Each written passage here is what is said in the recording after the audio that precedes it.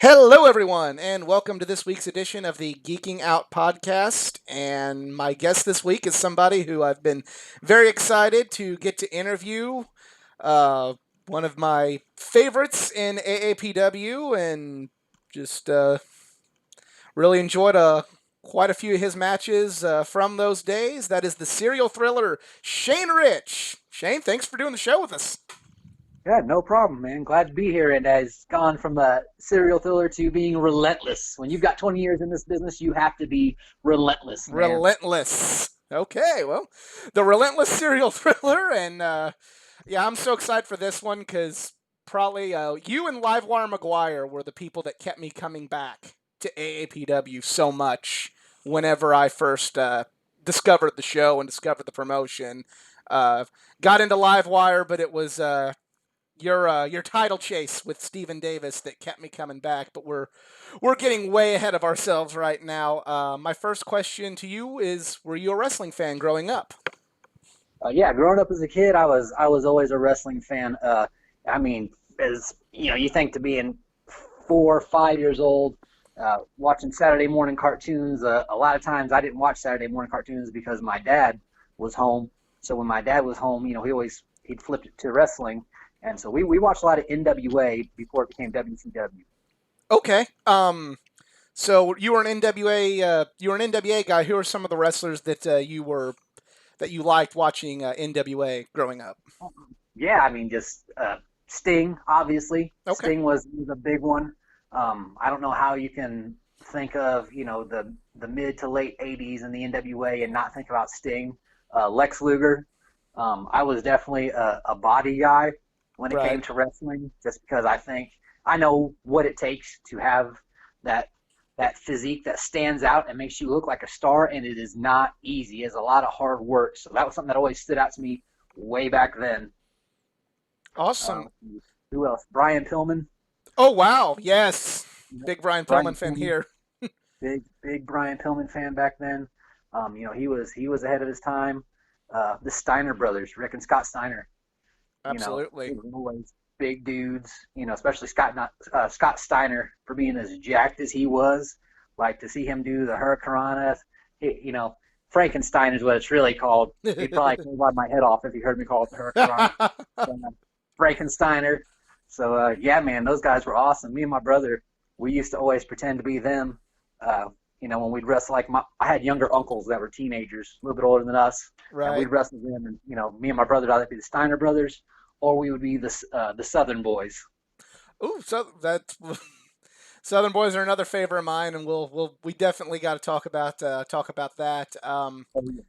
So you were an NWA fan growing up. Did you ever become interested in the WWF at the time, or were you strictly an NWA guy, or what? Honestly, I was probably more of an NWA guy because NWA, I mean, and here's the thing, and a lot of people are going to be like, "Oh, you don't know what the hell he's talking about." But we're talking from being a fan to what I see now, is that the guys that were in the NWA, they just worked a hell of a lot harder. Their matches.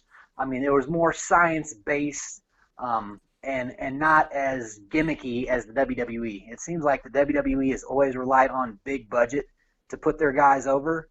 And I mean, you think back to the guys that they had, that I mean, yeah, you had Hulk Hogan, who was a big name, and again, people probably want to clothesline my head off, and I'm not trying to bash Hogan, but Hogan wasn't the worker that the guys were in the NWA. I Right. mean, the NWA produced wrestlers, all around wrestlers, whereas the WWE is like they found kind of if you had a niche or something they could push, and then they just put the money train behind it and pushed it. Every Hogan match was the same. Every Ric Flair match was the same. You never saw them wrestle outside of their style. Whereas the Right. guys in the NWA, they pretty much did everything. So you grew up an NWA fan. Uh, as you matured through school, did you play any sports? Did you do any amateur wrestling? Did you have an athletic background that helped you when you eventually decided to train to become a professional wrestler? Yeah, actually, I pretty much played baseball and basketball year round. I mean, I played on teams for basketball in school. But just in the neighborhood, like every day was basketball, baseball, and then we would grapple, out in the yard. Just it didn't matter. Just we were always active. I was rarely ever the kid that sat at home and watched TV or played video games. Like we were always out doing something. You got to remember when I was a kid too, karate and kung fu and all that stuff was big in Hollywood. So we'd be out mimicking that type of stuff. I mean, we would have kung fu battles out in the yard or whatever. We lived in the country, so it wasn't like we had to worry about neighbors or anything. Neighborhood kids, man. You talk about UFC from the start. I mean, that's what we were street fighting. um, you mentioned you were street fighting like that. Did you ever get formally trained in any martial arts or any sort of anything like that? Did that fuel any Yeah, interest in something like that? I took Jeet Kune Do for a while, Okay. and I took Shotokan karate for a while, and then once I got to high school, I started doing amateur wrestling, and and then before I got out of high school, I had already began professional wrestling when I was 17. Okay.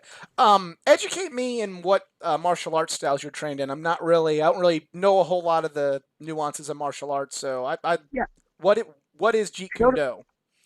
Okay, so Jeet Kune Do is more like your fast-paced martial art. You think of like what you see on television with like Bruce Lee or something like that. Okay. It's more of a faster, stronger, hard-hitting based martial art.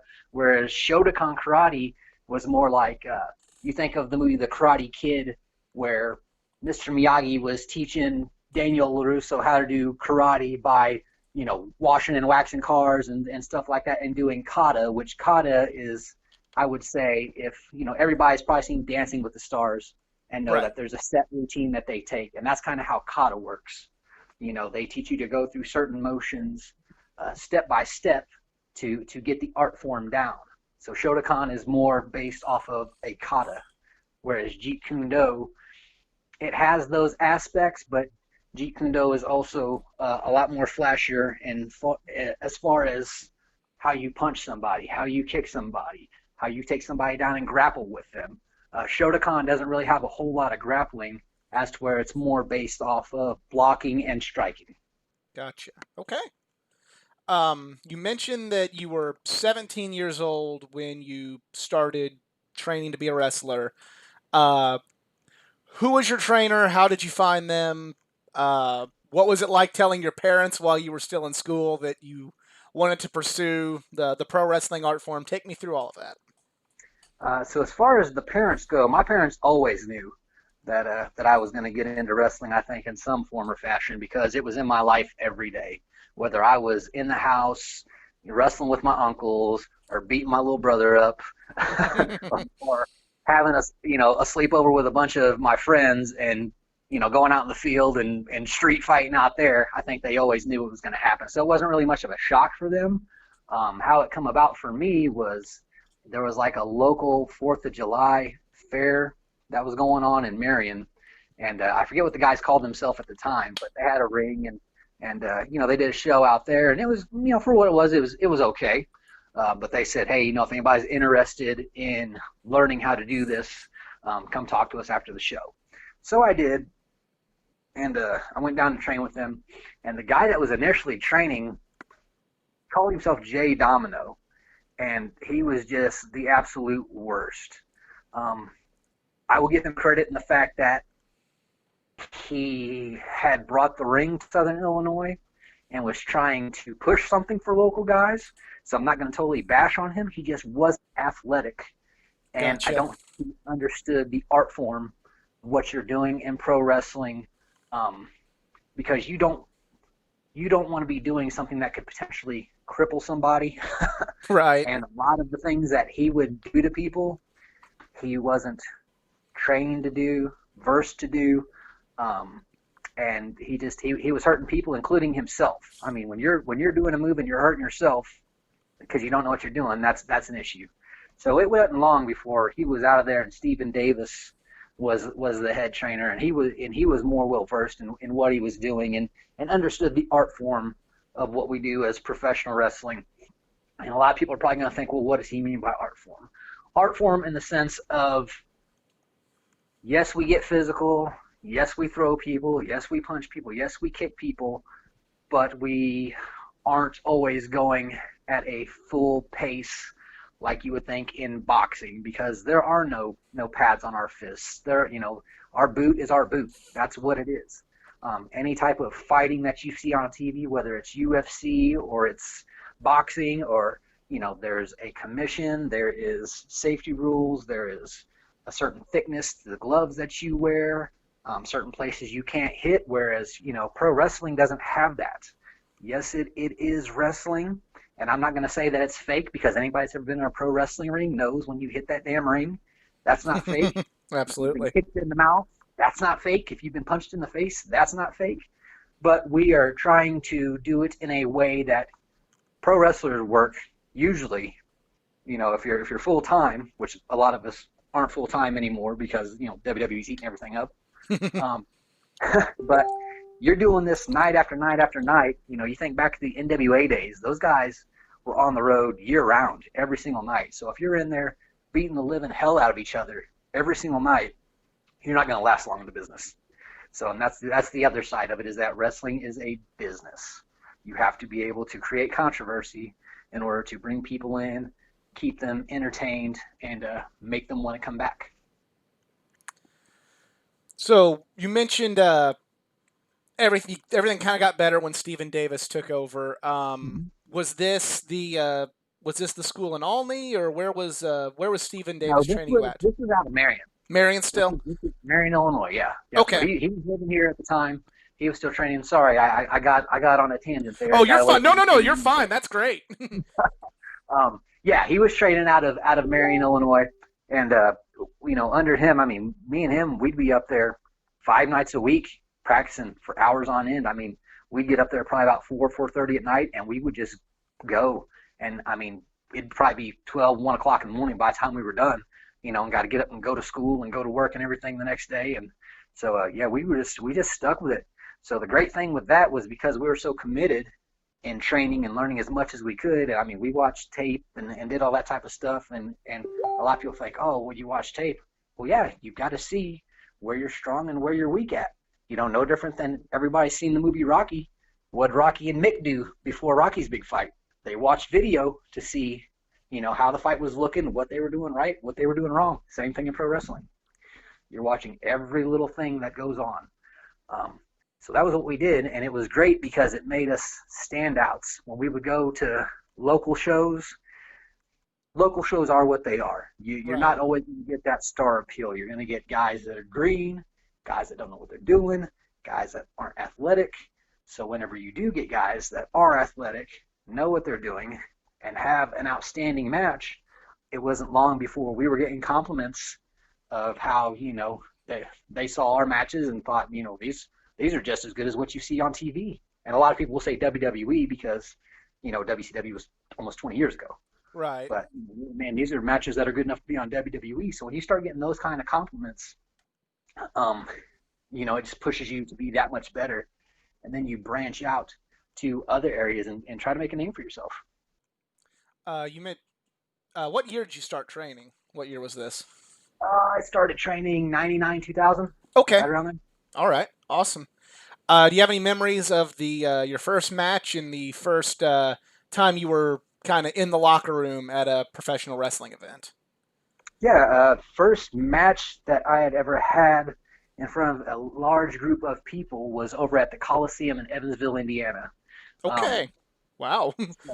so yeah, and what was great about that was I used to live over in Mount Vernon, Indiana, and when I was in junior high, they were one of the first like local wrestling promotions that were televised.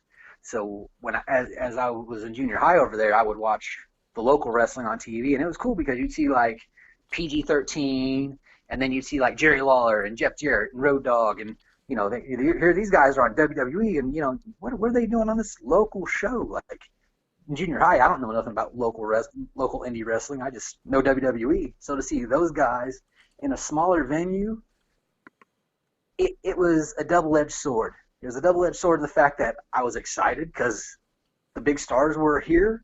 But then I was like, but what is this? Like, why are they wrestling in such a small venue? Why aren't there a large group of people there? You don't understand it.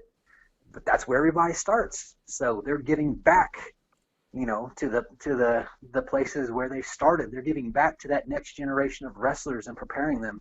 So to be in the Coliseum brought all those memories for me, being there with my dad and my brother, as a young kid in junior high, sitting in the crowd watching.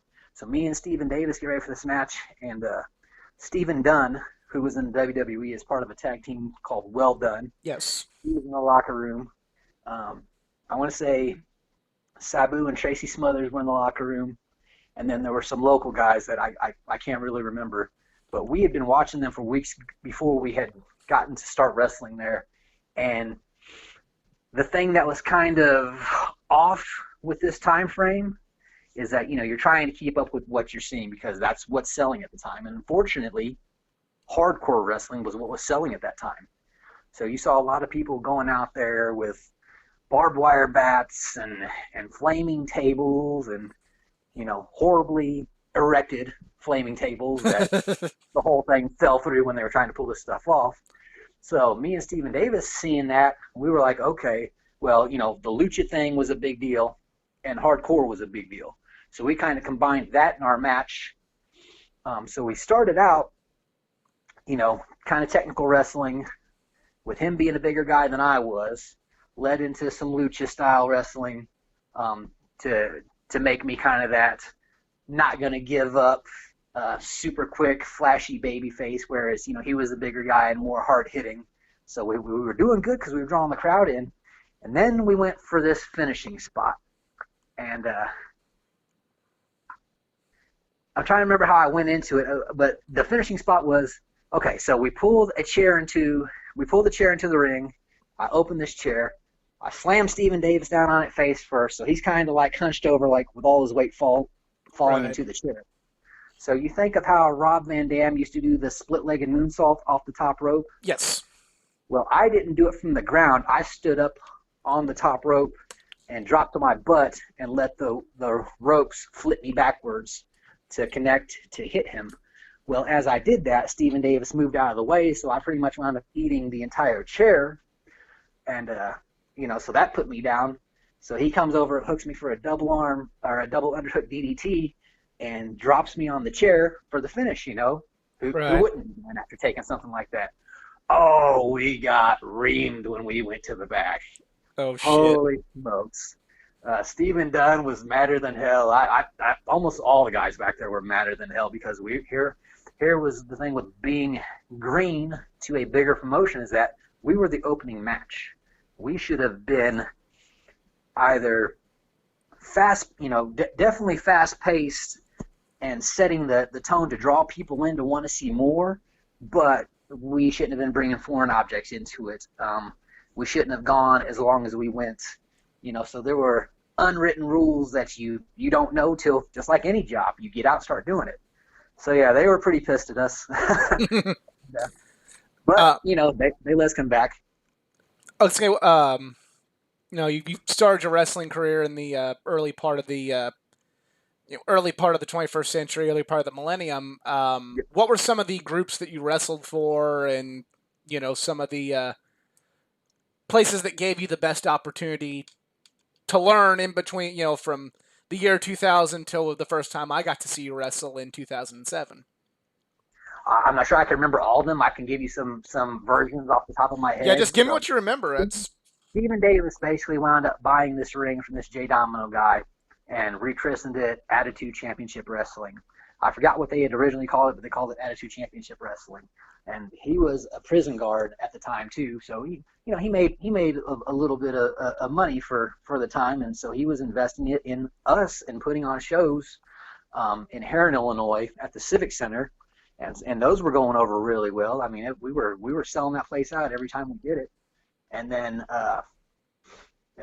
I can give you locations. I can't give you the names off the top of my head just because it's been a long indies over 20 years. But not a problem. Coliseum Championship in Evansville, they let us keep coming back because they saw something in us. And that was where, like, like I said, I started first getting to know like Sabu and Tracy Smothers and Chase Stevens, who's still one of my great friends to this day. He was wrestling there at the time, and the Chase Stevens you see on TV is not the Chase Stevens he was 20 years ago. He was a lot smaller, like we all are.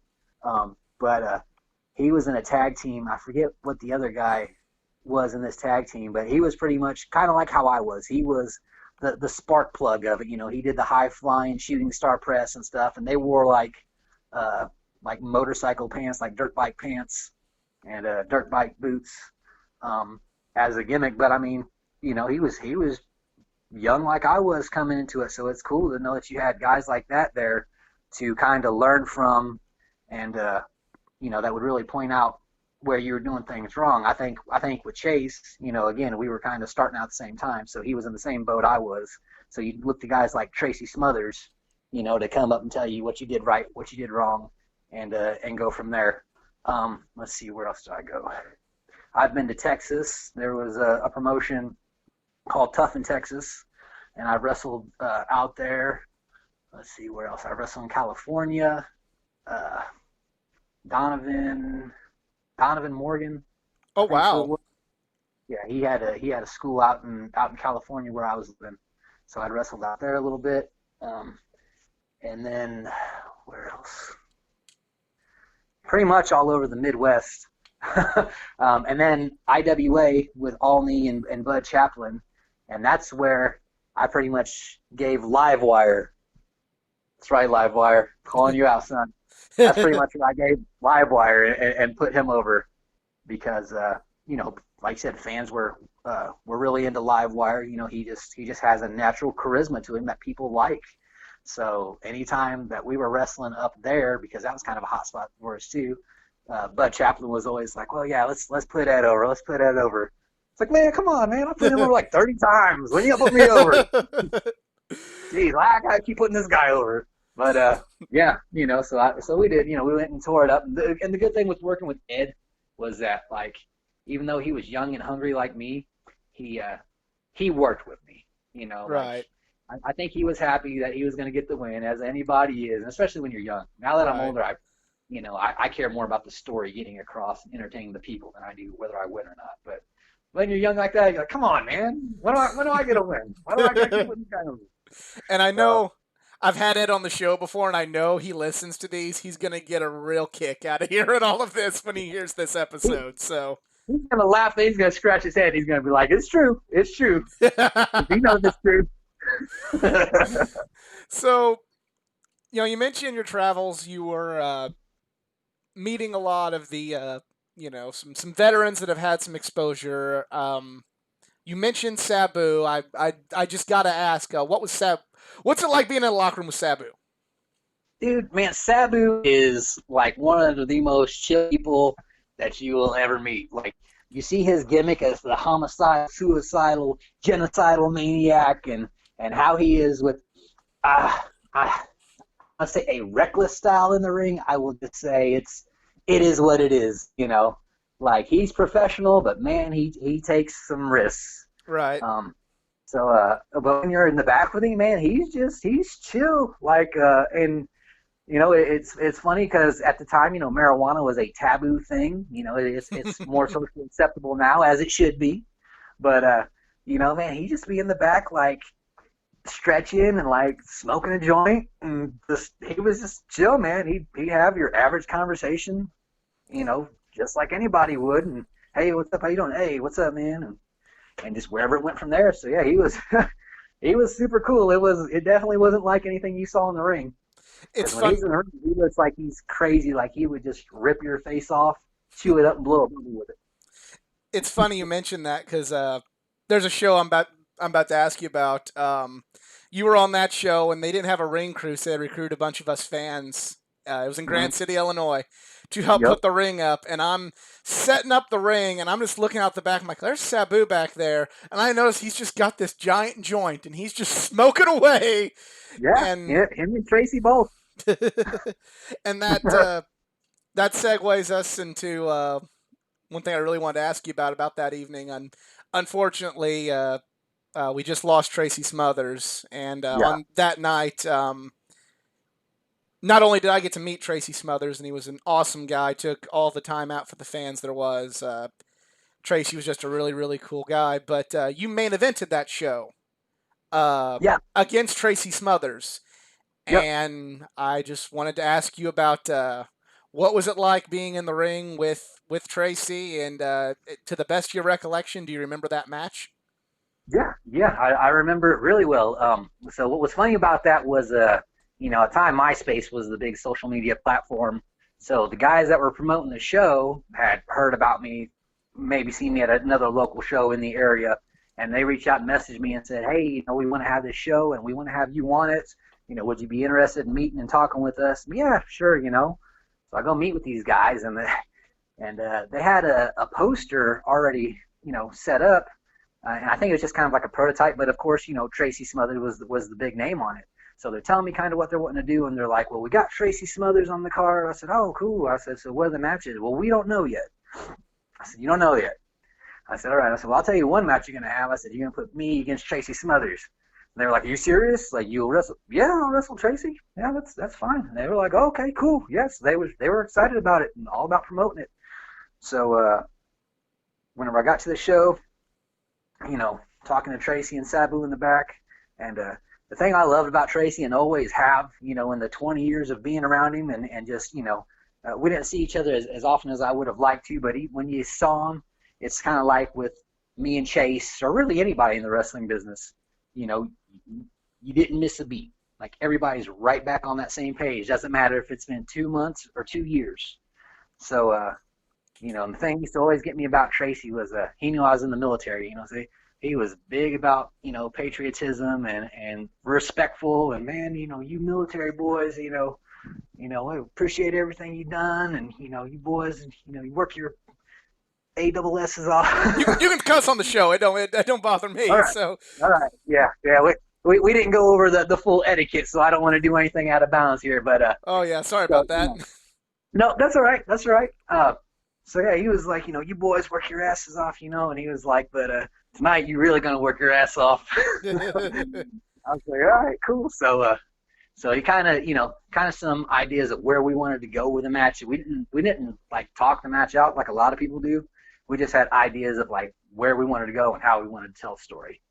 So we get out there, and I remember he had this as a blonde-haired woman with him, older woman, and she was, man, she was something. She was definitely entertaining. I mean, she'd sit back there and cut up with the boys and tell jokes and as wild as could be. So we go out, and the one thing that he told me, he said, no matter what you do, he said, I know you see it a lot on television and you see it a lot at these shows. He said, don't never call a senior wrestler old. Don't never refer to them as old because that is extremely disrespectful. And we had a promo segment we were going to cut out there. And so we get out there, we're cutting the promo, and I'm, hey, Tracy, I know you've been all around the world, Japan, Europe, the United States, WWE, made big money, but tonight the next generation is coming through. Shane Rich is going to take you out, and I'm going to be the top guy and show them, why Shane Rich is the real deal around here. And, you still there? Yeah, I'm still here. I'm with you. Okay. Okay, cool. Sorry, my phone went black there for a second. Oh no, you're Um, good. You're good. I'm just so I'm enjoying the story. he comes back through with the promo, and he's like, whoa, hold on there, young buck. He's like, let's not get ahead of ourselves. He's like, yeah, everywhere I've been, ECW, WWE. He's like, hey man, he's like, but here's the deal. He's like, we don't have to do this. We can sort this out. Let's go party. Let's go smoke a joint. Go listen to the Rolling Stones and all this. And of course, me and the baby face. I'm not taking his deal. I came to fight. I came to wrestle. Man, and we locked up, and I mean, it was on from there. And so I can remember being in there with him, and we would. I mean, Tracy was a senior seasoned guy, but when he's in that ring, he's all business and he's working. I mean, Right. he's pulling off drop kicks, he's clotheslining, I caught a boot to the gut, pretty darn good. But at the same time, like Tracy was working it. He was working the story, and Oh it's yeah. he never if you were if he saw something in you, he was going to go out and do his best to make sure that you look like what you were. If you were a star, Tracy was going to make you look like a star. If you were a pile of shit, Tracy was going to let everybody know you're a pile of shit.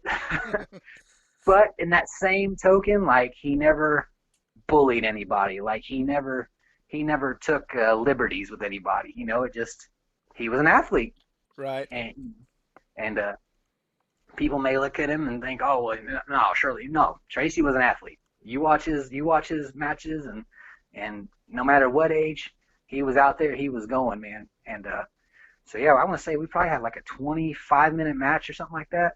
It And then was they're pulling.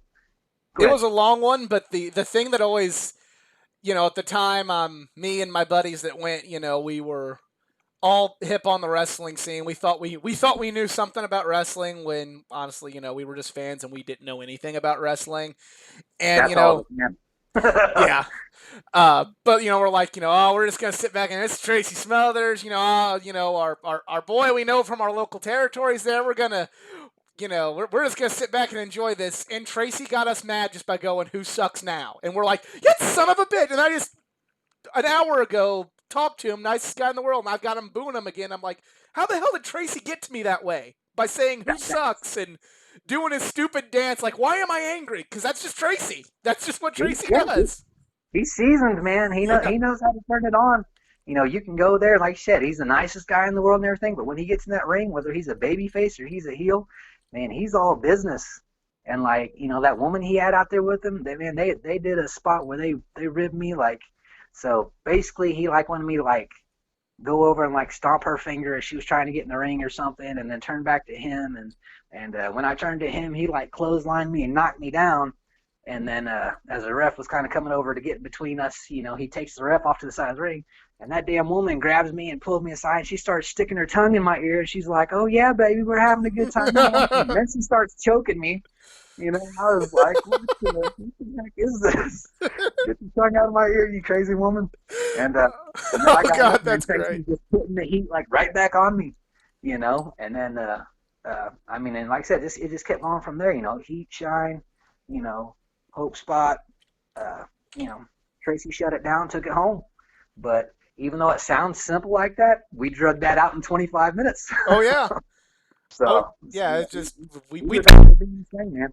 I never thought like we would get, even some of the best, like we're like, we're just kind of being those kind of douchey wrestling fans that think they know something. And Tracy Smothers was making us angry for the right reasons because we want to see you kick his ass. And it was a Yeah, glorious match. And I want to make sure to talk about that match, especially, unfortunately with what happened with Tracy. It's a damn shame, and it's a loss for the wrestling world not to have Tracy anymore.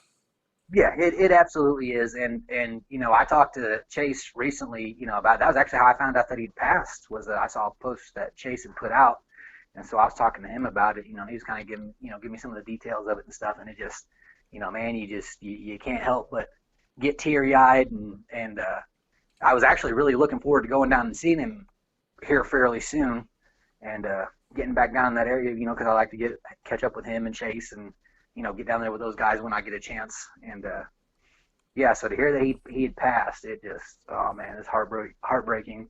And then with the pandemic, it's hard to like find out about a funeral or get to a funeral or Right. just that type of stuff. So yeah, I mean it's real tough, and I know it was tough on Chase too.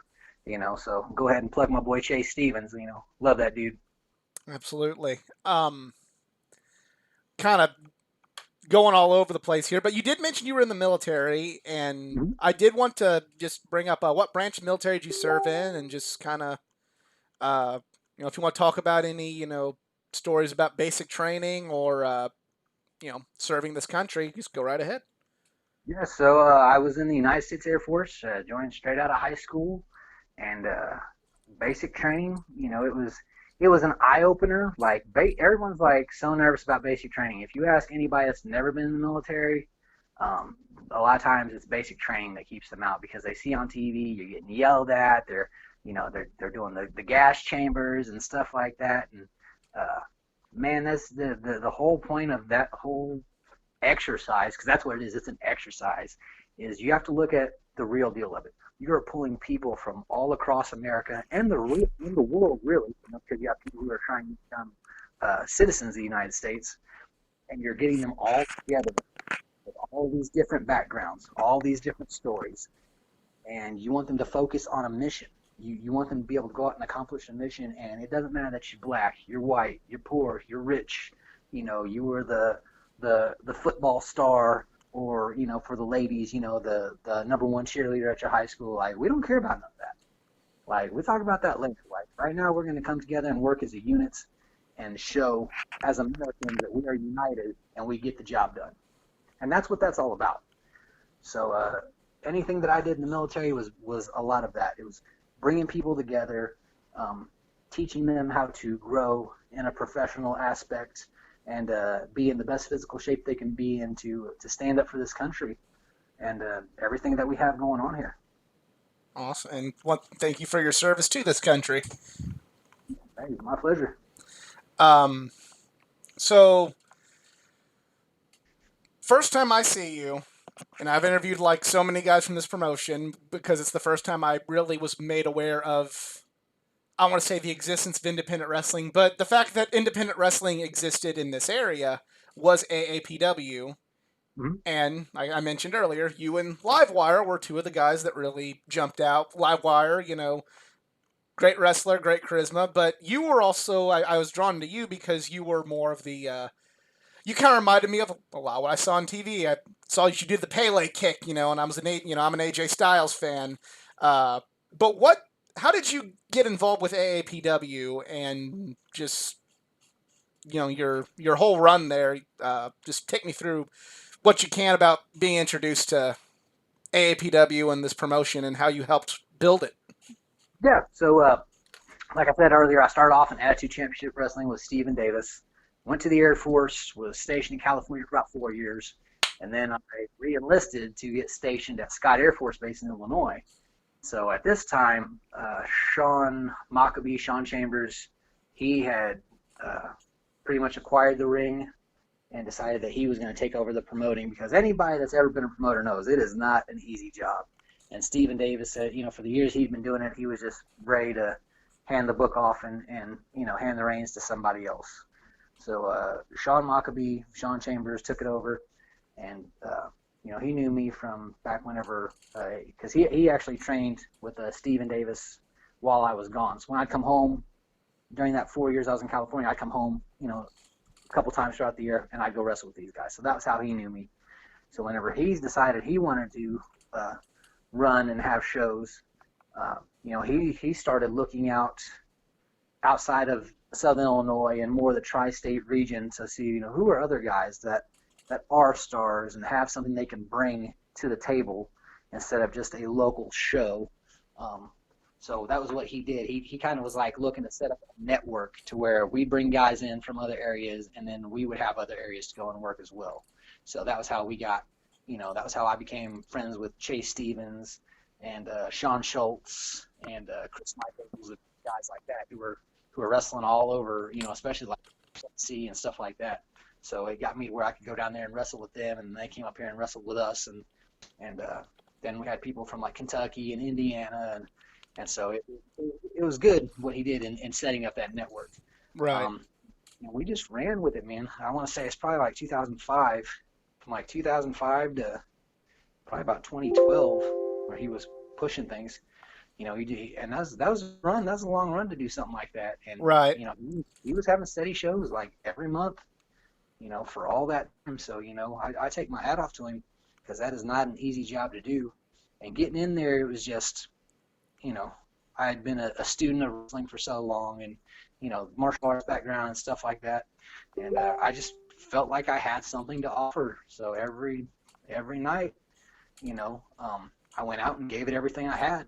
The difference between me now and me back then was smaller, but I was more diverse in the fact that I could do it, a lot of things all the way around. Right. Where now I'm 6'1", 225, and some of the flashier things that I would do as a baby face that would get you over as a baby face.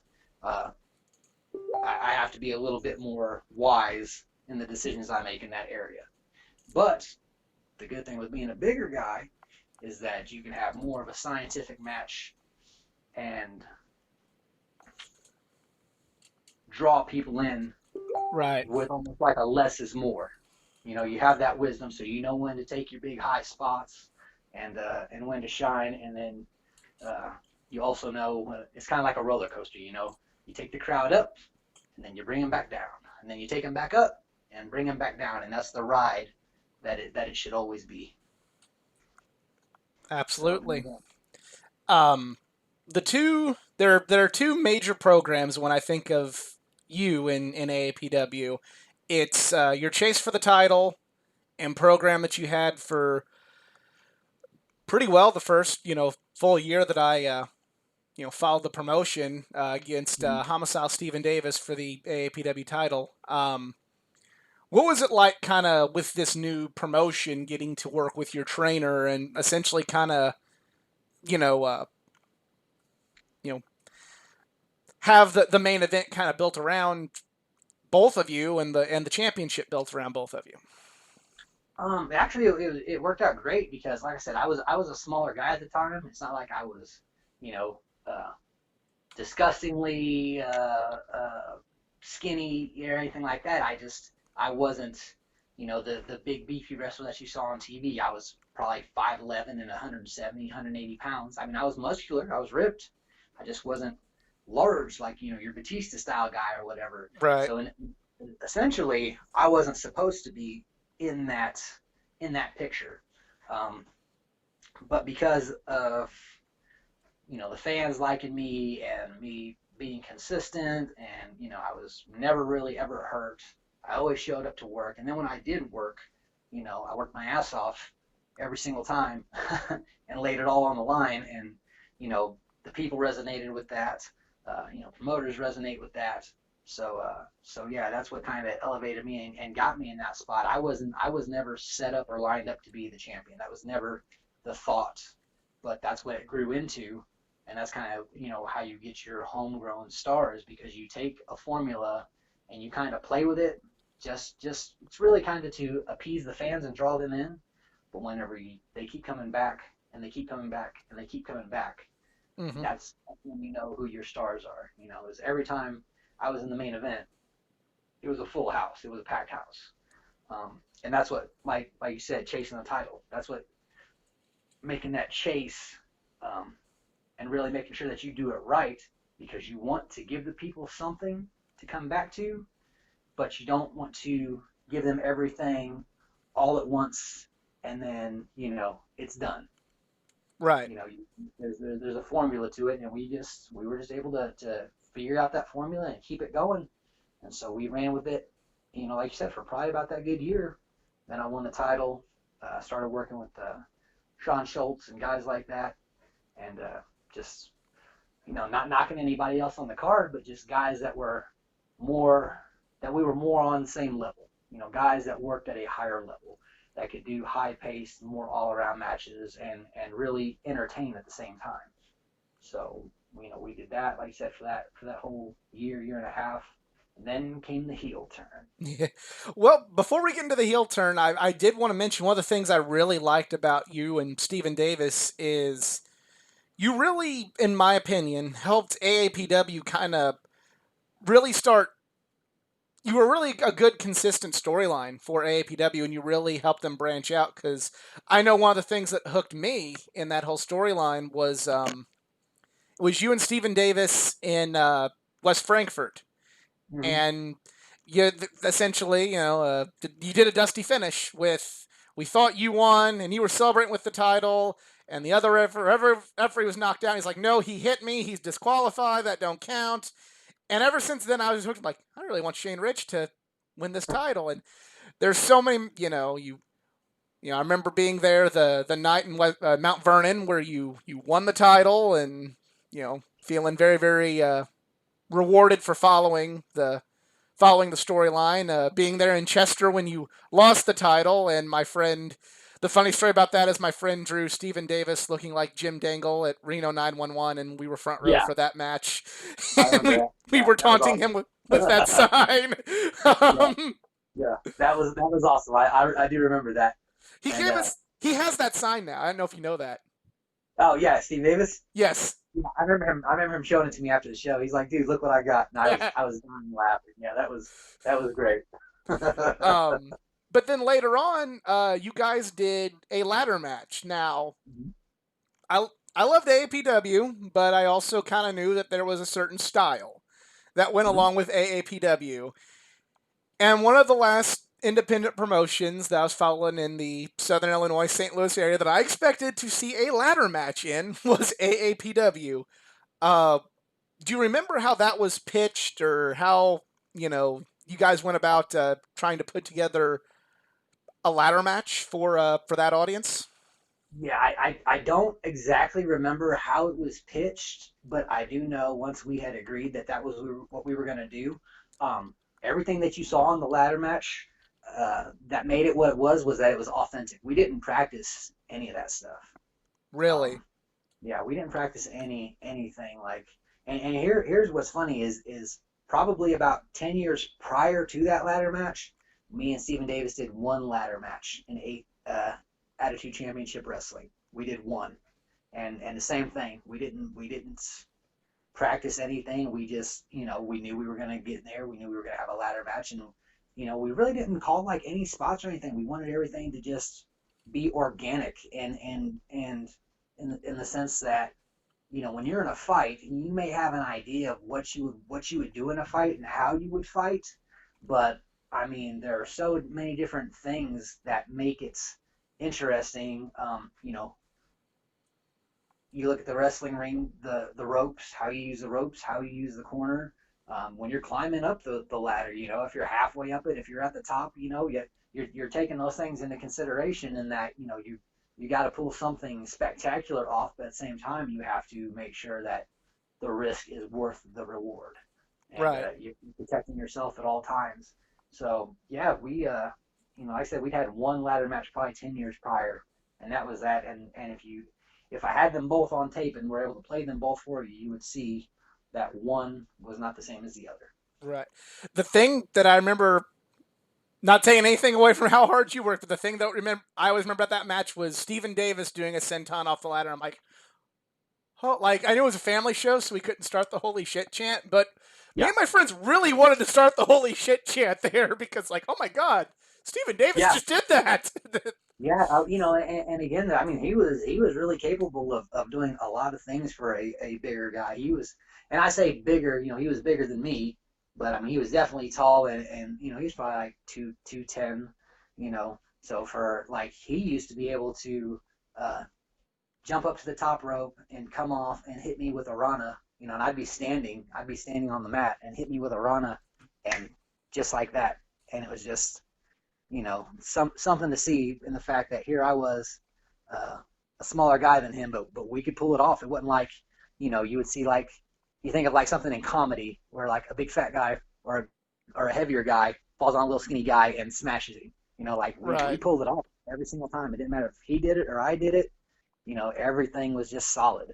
So yeah, I mean, he was able to do a lot of stuff and take a lot of risk. Um. So the next big program that you wrestle, I mean, you had a really good feud with Sean Schultz, and we can talk a little bit about that. But your other major program was Livewire McGuire, and that thing went for about another year of you and Livewire together, all the way till what many thought was going to be the final show. What was that whole the heel turn, um, and wrestling Livewire for a year for the title? What was that like? You mentioned you'd wrestling before.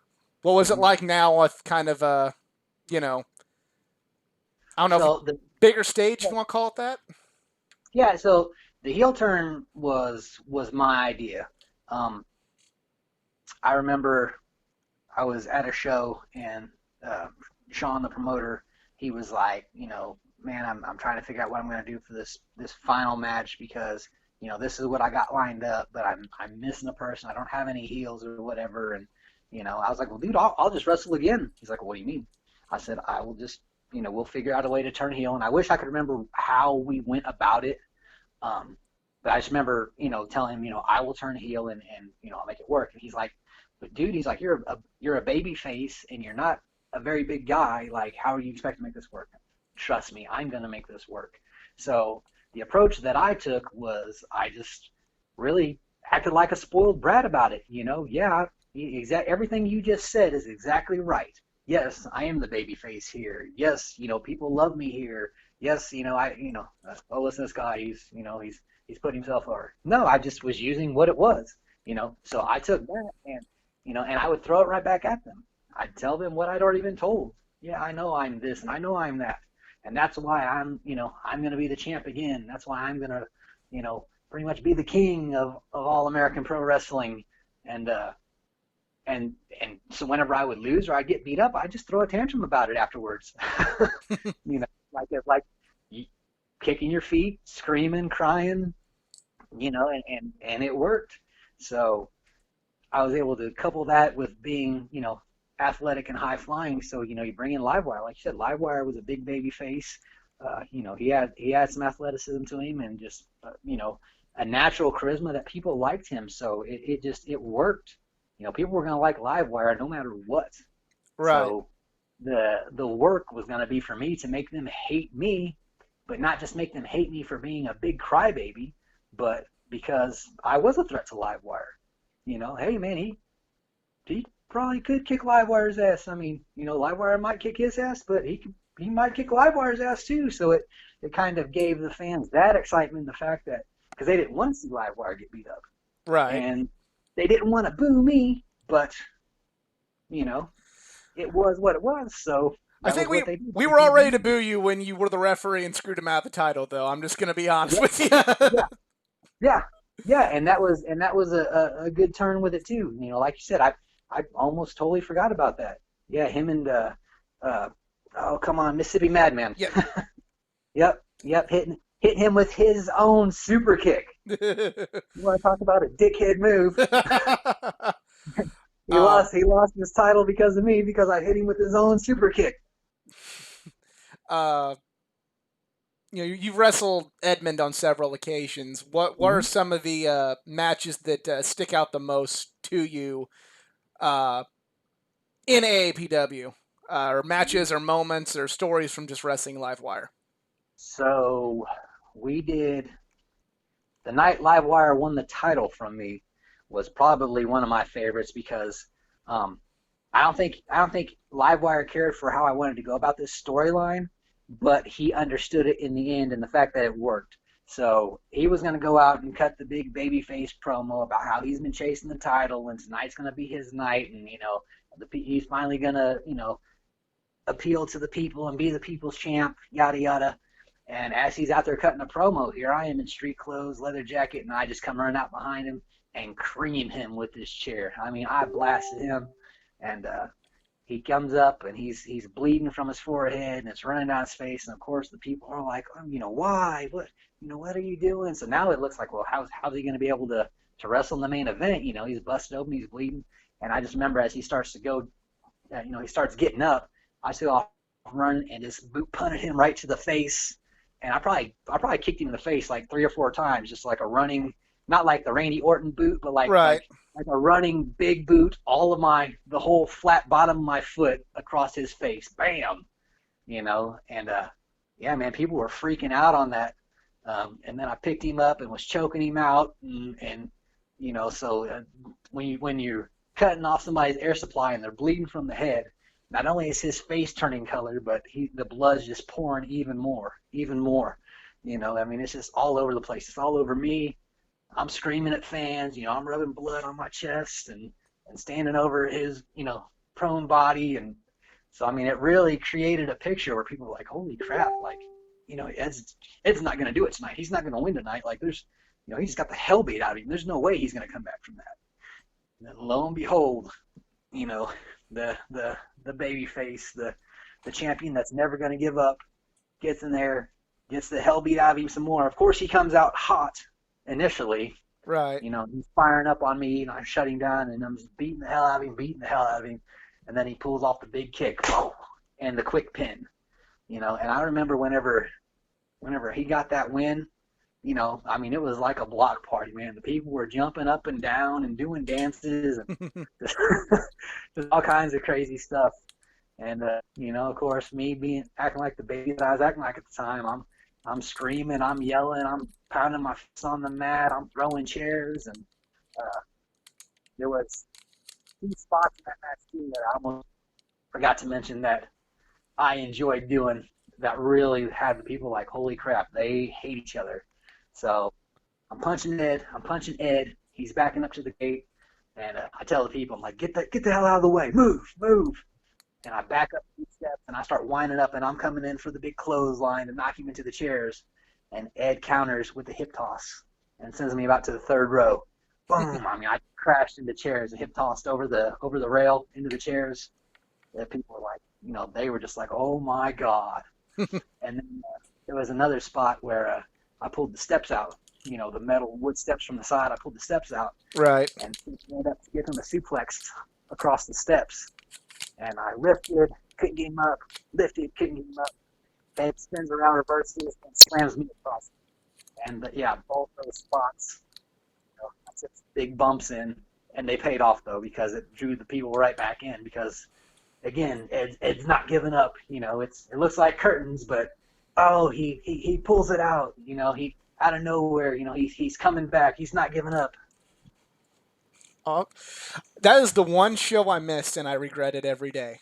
Or Was it? yeah, that's one of the few ones I did not get to go to. And hearing your take on it and hearing Ed's take on it, it just adds more to the regret that I Yeah, unfortunately you couldn't make should that. regret it. Yeah, You I should do. regret it. Bill. I think Bill Apter wrote a piece about it, and there were a couple other guys. Who were the guys in St. Louis that used to do the blogs? No, Brian Kelly Missouri with Wrestling Revival. MWR, Missouri Wrestling Yeah, Revival. Yeah. yeah. Oh yeah, man. They did a big piece on it too. They were there to see it, and I mean, it got a lot of attention for us.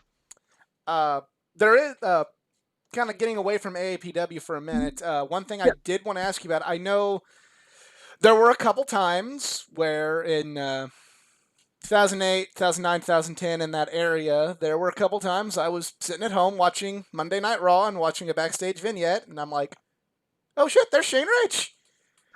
Um, I'll just go into what's it like, being the extra at Monday Night Raw, and then we'll go into at least one of the vignettes with a little more detail. But like, what's it like being backstage at Raw? What are the guys like? What's the etiquette like? Take me through that. So that all came about because of Chris Benoit and Billy Gunn. So I met Chris Benoit when I was deployed to Qatar, going into Iraq and all that. They come out for a USO show, and I met Chris Benoit, and he actually set me up with some of the producers. So I was messaging those guys, and Billy Gunn had come to wrestle a show with us when I got back to the States, and I was telling him about it because I picked him up from the airport, and he was like, yeah, man, contact them and tell them this, this, and this. He's like, I'm sure they'd love to have you, man. He's like, they pay good. He's like, it'd be a good start for you. He's like, hit them up. And so I did, and they called me back, and I remember I was at work on the base, and I saw I had a missed call. So I went out, checked my phone, and there's this lady. She's like, hi, Tim, this is such and such with, World Wrestling Entertainment. I want to know if you'd be interested in coming to work for us in, I think it was St. Louis Mm-hmm. for Monday Night Raw. Give me a call back if you're interested. So I'm like, oh my God, holy shit, So I went in and told my boss, and I was like, can I have the day off? He's like, hell yeah, you can have the day off. He's like, go ahead, man. That's Enjoy cool, it. at least. Yeah. So I went there, and like I'm walking around outside, and I'm just like, what the heck, man? Like, where am I supposed to go? And I can't remember the guy's name off the top of my head, but there is a guy who's like the head of security for WWE. He's a black gentleman, and I remember seeing him on TV and stuff before, so I was like, man, maybe he'll be able to help me out. So I walked up to him, and I was like, hey, man, I'm supposed to be wrestling here tonight. And he was like, oh, okay. He's like, what's your name? I told him my name. And he's like calling to the back like Secret Service, like he's got a radio in his suit. He's like, yeah, can you check the list for, Tim Rich? Yeah, he's on there. All right, yeah, man, cool. So he walks me back, shows me where to go. So I get back there, man, and I'm seeing all the guys coming in, Chavo Guerrero and Shawn Michaels and Triple H was like one of the first people that I saw, and I was just so freaking nervous because I was like, what do I do? Do I walk up and like introduce myself to everybody? Do I just kind of be quiet and like you don't want to piss anybody off? And so like Triple H is talking to Howard Finkel, and he's telling a story about Vince and like something crazy Vince had done. But he keeps like looking at me out of the corner of his eye out in the hall, and I'm just like, screw it, I'm gonna go say hi. What the hell, you know? So I walk up and introduce myself, and he's like, "Oh, hey man, what's up?" And then they told me, yeah, you need to go check in with Mark Carano and let him know you're here because they're gonna be the ones telling you what to do. All right. So I go check in with Mark, and I walk up to his office, and he's talking on the phone or whatever. So I just kind of like stepped out of the doorway because I didn't want to interrupt him being on the phone. And then once I heard he got off the phone, I stepped back there, and he did not look my way once. So I just kind of and I knocked on the door, and he's like, "Hey, what's up, man?" I told him who I was when I was there. He's like, "Yeah, yeah." He's like, "Yeah, look, man." He's like, "I'm busy right now." He's like, "Just go to catering, go get something to eat or whatever, you know." I'm like, all right. Yeah, they were very blunt. The guys working in the back, they were very blunt until they needed you. So I go to the back and like Is Orton's back there. is the catering as good as everybody says it is? Oh yeah, yeah. Just make sure you don't take more than two lobster tails. If you take more than two lobster tails, you're in big trouble. Wow, That is the rule of the road. You can't have more than two lobster tails. gotcha. But yeah, catering was good. Seeing them all back there, like watching them because they're with each other all the time. It was like seeing a family reunion, but being on the outside looking in because nobody knows who I am. So like one of the first people to come over and talk to me was Alicia Fox. Okay. And let me tell you, man, whoo, Lord, that woman is beautiful. That woman is fine, son. Yeah, and then I felt like a big nerd because now I'm trying to keep my cool because like I can't help but like look her up and down and Right. you know uh, just be as nice as I can be, trying to make a good impression. And she was like, "Well, yeah." She's like, "We're getting ready to go out to the ring and go over some stuff." She's like, "You should come out there with us." All right, cool. So I get out there and Lance Archer, is that what he's called on AEW now? Yes. He's Lance Archer. Okay, yeah. So he was there, and I think was he Lance Archer? It was like Vance WWE? Archer or something. Vance And Archer. Yeah, I yeah. knew it was close.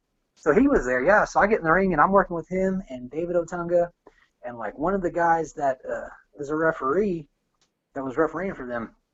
He was like best buddies with David Otunga, and he knew that I was buddies with him. So like me and David just started talking, hitting it off right off the bat. So Otunga was cool, and then Archer comes up to me and he's like, "Hey man, everything you're doing in this ring right now, working with all these guys and all these bumps that you're taking, and just being open to working with anybody." He's like, "Just know that that's not going unrecognized." He's like, "If you look over my shoulder, there's a camera that feeds directly into Vince's office." And I was like, "Hell yeah," He's like, "Just keep doing what you're doing, man. Keep doing what you're doing." I was like, "All right, cool." So yeah, so it got me into doing that type of stuff. So it got me spots on the show later on for Raw. Uh, so the first segment I remember seeing you in, it was this segment with Hornswoggle and but eventually Macaulay Culkin's in there. What was that segment like, and do you have any memories of Macaulay Culkin? Yeah, and all right, I'm gonna go ahead and preface it with this: I'm not gay bashing in any way when I say this. Right. So Macaulay and his brother, I can't remember what his brother's name was, but his brother was a movie star too. So they were out, earlier when we were in production, they were out just kind of checking things out, and I'm standing at the top of the ramp, just kind of taking it all in. And Macaulay Culkin walks over to me, and he's like, "Hey, what's up, man?" And I was like, "Hey, what's going on?" And dude, oh my God, the dude smelled like straight up ass and weed, just nasty, So like, I'm just kind of like in my head thinking like, all right, go on, go on. And then he taps me on the shoulder again. He's like, "Hey, what's up, man?" And I was like, "Nothing, nothing." And he's looking at me like real freaking weird. And so I was like, "Man, this is making me uncomfortable. I'm gonna go ahead and walk away." So I walked off, and then like later that night when they told us we were doing a skit together, I was like, "Oh man," like cool, but just don't act weird. Like I hope he doesn't act weird like he was acting. He seemed like he was drugged up, and I don't know what the hell his deal was. But I mean, Hollywood's full of freaking pedophiles right now, and I'm not saying that he's one of them, but man, there ain't no telling what the hell that guy's life's been like. Yeah, What type of abuse he may have been through, and just knowing what I know now with the whole Hollywood pedophile bullcrap, I actually feel like kind of sorry for him. It's because you don't know. You don't know at the time. I just know he made me feel really uncomfortable. um, well, that was not as fun of a story as I was hoping for, but it is what it is. It is what Um, it is. Yeah, yeah. You think it's like this big glitzy glam, but like no, I hated that segment, uh, and because of that, like I didn't know how to take him. Like if he was just drugged up and acting weird and wanting to talk to somebody, or if if I mean, like I said, you can kind of tell like when someone's making you feel awkward. Like there was almost like some like it was like he was trying to like talk to me, and I was oh no, don't roll that way, brother. and the next segment I remember you in was you mentioned David Otunga. He was Mm-hmm. back in the guest host of Raw era. There Yep. was he was the guest host, and he had his posse with him in Yep. his The A office, list. and yeah, and you were one of them, and that was again, and it Yes. was me and my buddy sitting there like, there's fucking Chain Rich again. Yep. So Yep. So yeah, so that was badass. That one is actually a good story.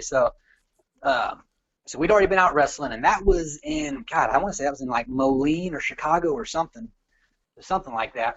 And so whenever the lady from the office called me and told me that, hey, look, we want you to come in, do Monday Night Raw again, but we want you to make sure that you dress like a Hollywood movie star. Like if you've got anything that stands out, that's like whatever the kids are wearing these days, whatever you go out to the clubs and partying or whatever. She's like, make sure you bring something like that because that's what we're looking for. Like, all right, cool. So it's like me and Evilise, who's on AEW now, but okay, this is before she went on Tough Enough. So Evilise was back there, and then there was a couple other guys from Chicago back there. And I don't remember their names, but I remember Evilise because just talking to her and shooting the shit and everything. She was real cool, so we got along real good. And I was laughing because they told us make sure we come in looking like movie stars. So I had got to my hotel the night prior, and I was like, oh man, I'm looking kind of like white, kind of pasty. I need to be like dark skin going in there if they want me doing this like movie star gimmick or whatever. So I went to Walmart and bought like this rub-on tan, oh god, you know. So I put this stuff on, and I get to the arena and I start undressing and going to change into my workout gear. I'm like, oh my god, what the hell? Like I'm freaking glittering like a Cullen, like uh, what's that vampire movie that all uh, the women were into? Twilight. Twilight, yes. I was like, what the hell? And she's laughing. She's like, what'd you do? I was like, I don't know. I put on some fake tan and it's like it's glittering now. And she's looking at the bottle like in very small print. It said that it contained glitter. So now she's dying, and that was like it was cool because like then they got me and her talking and joking and shit. So fast forward to all right, now they're looking to do the David Otunga segment. So it was like probably me and like four other dudes. And they were like, all right, well we only need a couple guys for this segment. So let's see. And like instantly they looked at me. They're like, you for sure, you're in. They're like, go over, uh, I forget what they called it at the time, but it was just basically the room that they were going to be shooting in. I was like, hell yeah. And then the other guys had to like kind of fight for their position because like three of the guys that were in that segment were actually David Otunga's friends. So they were going to be in it no matter what. So if you didn't look like a movie star, you weren't getting in the spot. So being the first guy called to do it, I was like, hell yeah. Was it the glitter? Was it the glitter you think It got it might have over for you? been. It might It have been. it might have been. Yeah, yeah. They might have saw the glitter going, and dude, I'm telling you, I was extremely embarrassed, trying to downplay it as best I could, and I was kind of glad that I didn't have to like take my shirt off in front of a big crowd of people and go out and wrestle because I was just, dude, all they're gonna see is freaking glitter. I'm just gonna be sparking, and people are gonna be like, "What the hell is this?" So So getting back to AAPW a little bit. not long after that match with Livewire, you find out that AAPW is getting television. For you, what was it like when you learned about TV and uh, you started kind of finally kind of achieving a goal for a promotion in this area? What Yeah, was I TV mean, like for you, and what was it like, getting to work on TV? it was awesome because I mean I was still in that same top spot, to where a lot of eyes were on me, and I mean it really got me known in more of the local area. Like I mean I remember sitting at a Buffalo Wild Wings, having lunch, and some dude come up to me and was like, "Hey, is it okay if we get a picture with you?" And I was like, "Huh?" Like get a picture with me. Like, yeah, like my kids watch you wrestle every weekend on, APW, and I just went, oh, yeah, sure, man, and he had like two little kids, like he probably had like a son and a daughter. They were probably like 3 and 4. So, and the best thing about it was like I was on like a first date with this girl that I was, gonna be dating for a hot minute, I guess you could say. Like, way to go, guys. Way to really make me look good. Like, here I am on this first date, and like random people coming up wanting to, autographs and pictures and stuff. And then, like, even just going like the local clubs or the bars, I remember like seeing these young college kids, probably 18, 19. I was walking out of a club over in Carbondale. And all of a sudden, just across the parking lot, I hear, "Hey, there's Shane Rich," I'm like, Nice. "Huh? Hey, what's up, guys?" So yeah, I mean, little things like that. But it's cool. Like, hell yeah, this is working. People are watching. So it just made me want to go out and give my all that much more. Up until I got hurt in a motorcycle accident. I was going to ask you about that because to me, one of my I've mentioned on the show before to everybody who was involved with that main event, AAPW main event in January of 2012 is up there with some of my favorite shows I've ever attended, and I've Yep. attended WrestleMania 35, All In. Lots of I've attended a New Japan show in Madison Square Garden, but that that's still in my top tier list of favorite shows I've ever been to. And unfortunately, you were doing color commentary because of the injury. Yep. What was it like getting to at least be, from you who've seen AAPW and help carry that banner, at least, what was it like seeing, that big crowd for you, and uh, what was it like still at least being able to be part of the show? It was like I said earlier in the show. It was that double-edged sword. Like I was extremely happy to see what the product had grown into, and to know that I was a cornerstone in that. But at the same time, like I was kind of jealous, like deep down, because I was like, man, like I should be a part of this. I should be out there wrestling. I should be in this show. And one thing that got me was like I didn't know who Pac was. I had no idea who he was. And then when he showed up at the show, the guy looked like $1 million, and he was just out there warming up and doing his thing before the crowd come in. I was like, this guy has got something. Like this is who I should be working tonight. He worked El Generico that night, Sami Zayn, but I was just like, man, this is, like in the back of my mind, I'm like, this is bull crap, man. Like I should be working that dude in the main event. Like that's what this should be tonight. And but leading up, even prior to that, I knew I couldn't because of my injuries, and so I basically went to uh,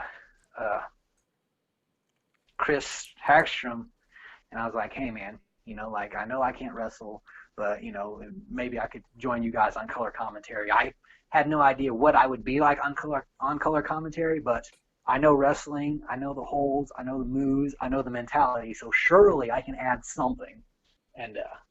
And once I got to sitting there, like the first time I sat there in that seat, there was a lot of thought going to it because they're doing their shtick and they're running their plugs and calling the action and trying to do commercials and all these things. So like I didn't want to overstep my boundaries per se. I really didn't want to step over them and what they were trying to get across. I wanted to make sure whenever there was a good pause in what they were saying, that's when I would interject my thoughts, and so I wasn't cutting them off. And so the first time I did it, I was just like trying to be smart about it. And then after I played it back and I heard it, I was like, all right, I have to cut the word absolutely out of my vocabulary because I said absolutely during that program probably 40 different times. Anytime they say like a wrestler did this. Oh, absolutely, absolutely. So I picked up on that real quick, and then after that, it really like became natural. You know, doing commercials and doing plugs and stuff. It was like, these guys have been doing this for a long time and they sound great. I had never done it before, and I didn't know I was going to do plugs and commercials. I was just sitting there at the table, and Chris looks over at me and hands me a stack of cards. He's like, "All right, here's your plugs. These are the commercials you're going to do." All right, so so one guy would say his plug, and then Kevin, Chris would say his plug, and then Kevin would say his plug, and then, after Kevin is like, "All right, and here I go, for that lawn service call Liquid Green Lawn Care at blah blah blah blah blah blah blah. That's Liquid Green Lawn Care at blah blah blah. 1-855-231-7474. I was like, damn, that worked. So yeah, I enjoyed it a lot more than I thought I was going to, and it was a natural fit. It really worked. So later on that year, when they're rolling, and I've had Sean on the show and talk with him about this, and Bryce, it seems like you're gonna get back into the ring. There's a lot of stories and a lot of different opinions on all this, but AAPW closes. Yep. And what was it like for you, who really helped build that company up, to learn that, hey, so it's not happening no more? What were your feelings then, and just take me through your perspective on that. Yeah, I mean, everything is subjective. I think I felt like they spent all the money that they had on Edmund's run, and Edmund being in the top spot, than they should have. And that's not a knock on Ed. It's just that when you're doing local TV and you're doing a local show, and then you've got the same guy in the same position, people get stale. It doesn't attract a crowd like it did, and a lot of guys that were coming in to be on TV were, guys that were here for a show, then you probably wouldn't see them for 2 or 3 shows. So you didn't really have a good steady staple of guys. So whenever I was coming back, I was actually slated to win the title from Ed the night of the cage match. Who do you wrestle in the cage match? Masters. I forget. Masters. Okay. So yeah. So I was gonna do a heel turn again. I went out and cut the babyface promo earlier that night, talking about how I grew up on NWA, and I grew up watching Sting and Lex Luger, and wrestling was my life and it been in my blood. And just like all the greats before me, I was gonna come back from this tragic motorcycle accident. I'm on the cusp of my comeback, and whenever I come back, it is gonna be historic, And I'm going to take the title, and I'm going to continue to cruise and make AAPW the #1 wrestling promotion in Southern Illinois. And so there was my big babyface promo. And so the twist was going to be, after Ed won, Sean was going to turn heel as well. Sean was going to come out and congratulate him on being the champion and tell him that, he's not done for the night. He's got one more match, and that one more match is against his handpicked champion, the guy that deserves to be on top, the guy that is #1 and going to carry the AAPW torch, and that guy is Shane Rich. And then I was going to run out and jump over the cage and beat the hell out of him and take the belt. And that would have worked. Not because I was going to become the champion, but because of the story that was going to go into it. Here's the guy that's the owner and the promoter, and the top babyface who's I've got all this sympathy for me because I got hurt in a motorcycle accident, and the people get to hear me and see me on TV every single week. And there was actually even a match where Ed was working Axe, and they come over to attack Chris at one point. And you see me get up out of the chair, and I take my jacket off. This was at main event, because I remember seeing you take your jacket off from my seat. Yeah. Yep. So I mean, so I'd gotten all this sympathy and gotten all this build for people to see me get back in the ring, and this is how I'm coming back to the ring. I'm coming back to steal the title. So it was going to be another heel run, and I think it would have been great, but As the problem with being a wrestler is that there are sometimes that guys just aren't ready to give up the title. They're not ready, they want that big run, and that's what it was. Ed was wanting to have another big run, and you know, it just wasn't the time. It wasn't the time, and it wasn't right for business, and that was how it ended. That was what proved for it to not be the right thing for business, because again, we were seeing the same thing over again. So from that night, it was going to move forward into me and him working a program and getting the title, but it was just going to be us face to face, just out of nowhere. And then, like you said, the company closed before that match happened. It was promoted, and the event was promoted, but other things, I think finances were falling through. I think television was wanting more money from us, was wanting to charge us more money than what our budget had to keep going. And then the venue, we were running out of Black Diamond. And so then, Black Diamond saw that we were drawing a big crowd, so they were wanting more money and big money. Well, now if the big crowd's not coming in, we don't have more money. Right. So I think that was a huge, huge thing that went wrong and all that. I think they should have stuck to that original story, because I think that would have kept people coming back. Um, Again, reference when Sean was on there. He mentioned that there was kind of with Chris and some other people that were friends with Chris, kind Mm-hmm. of wanting to break off and kind of do their own thing. Were you aware of anything like that going on, or were you Yeah, just a now that you talent? say that, yeah. Now that you say that, yeah. So yeah, I mean, so Chris was enjoying running the show, but I think he wanted more power over the direction of the show, because under the AAPW banner, he was like running things by Sean, and Sean was either giving the blessing or he wasn't giving the blessing, which super cool on both guys' parts, really, because Chris was putting up a lot of money as well to keep it going. And then I think Chris and Adam and maybe Kevin, I don't know for sure if Kevin was a part of it or not, but um, they just had their own ideas, and they were looking like, all right, well, everybody's seen these same guys in AAPW for the last decade. We need to create new stars, so we're going to go with this bunch of guys. Uh, and I mean, I just look at, like, it was what it was. They wanted to start almost kind of fresh. I mean, they still had me in there. They still had Axe in there. Of course, they still had Ed, who was slowly fading out. I think he did maybe a couple of shows for them. But, I mean, they were really wanting to push these other guys from, like, more of middle Illinois. And, of course, Heath Hatton, they were wanting to push him pretty hard. And I mean, Heath had the look for it. He was just really young and really green at the time, you know. But so you take a big risk when you take this group of guys that these people have followed for a decade, and now you're trying to wipe the slate clean, but yet you have the same guys there. It almost devalued us in a way, because again, you're starting off clean slate. Here like you had me in the top spot, you had Edmund in the top spot, you had Axe in the top spot.